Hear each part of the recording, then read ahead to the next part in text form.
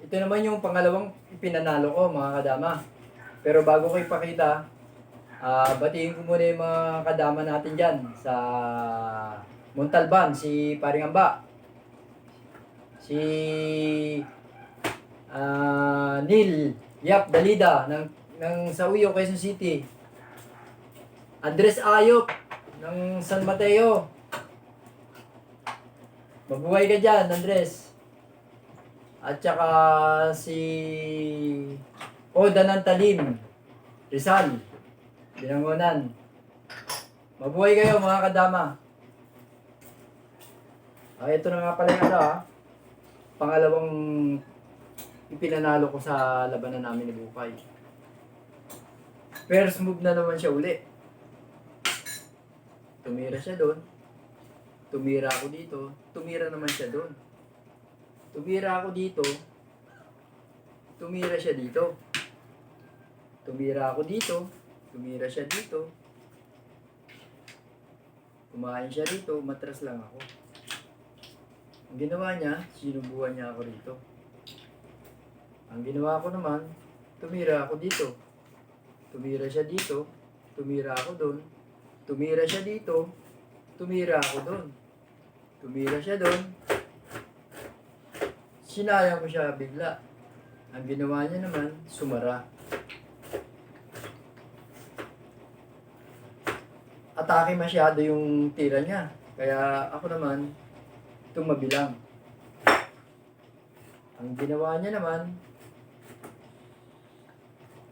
ito ang itinira niya.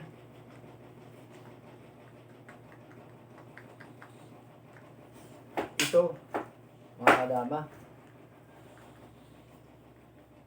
Parang nakikita ko, napapasok na ata ako sa kanyang tira na pinag-aralan. Kasi parang bilang na yung tira ko eh.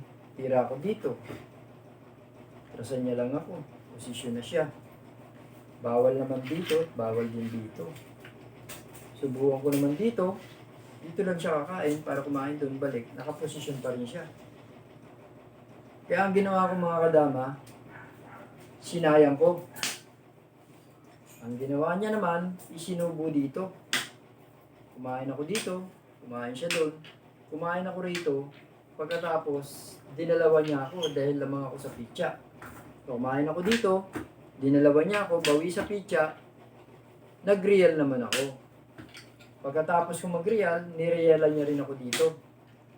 Dito mga kadama, mapapansin nyo, pwede na siya magpadibalde at para dumama. Ako, wala pa akong dadamaan kasi puro nababantayan pa ng pitsa. So ako na yung titira dito mga kadama. Ito yung tinira ko na naghahanap na ako ng tabla sana. Ngayon, siya naman, pwede niya na akong ganunin at dumama, pero hindi niya ginawa. Ewan ko kung bakit. Ito ang itinira niya eh. Gumanon. So, nag-isip ako na baka makatabla pa ako.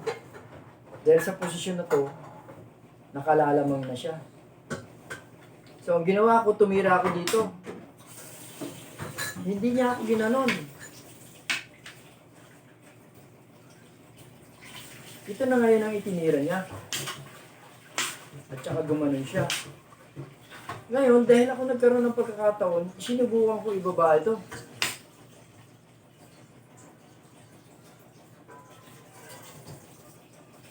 Idinama niya ngayon. Tumakip ako. Sa mga tuwid, may mga pagkakataon na lamang ako sa pitsa. Ilan na ang lamang ko? 2, 4, 5. 2, 3, 4, 5, 6. Lamang ako ng isang pitsa. Pero wala akong dama. Siya may dama. Ngayon, ang ginawa niya, pinabalik ako.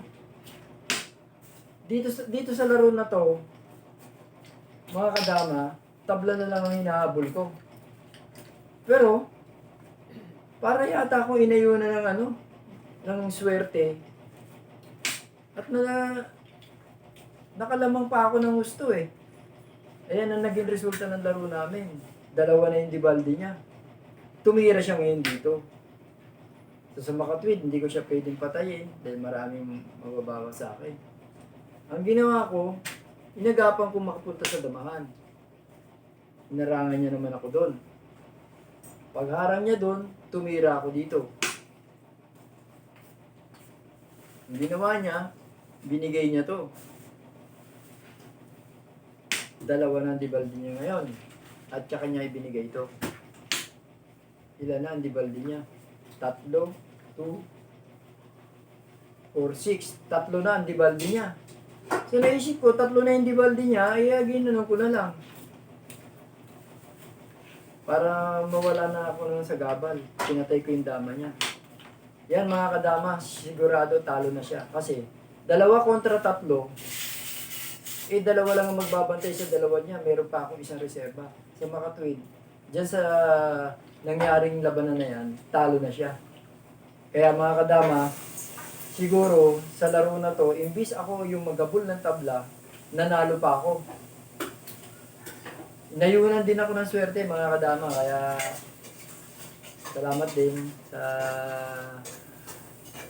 taas at pinalad niya ako manalo. So mga kadama, 2 yung naipakita kong panalo. Ngayon, kung sakaling yung pangatlong panalo, wala naman akong kopya. Aantayin ko muna magkaroon ako ng kopya para ipakita ko rin sa inyo yung pangatlong panalo. Paano mga kadama? Dito ko muna tinatapos sandali yung palabas na to.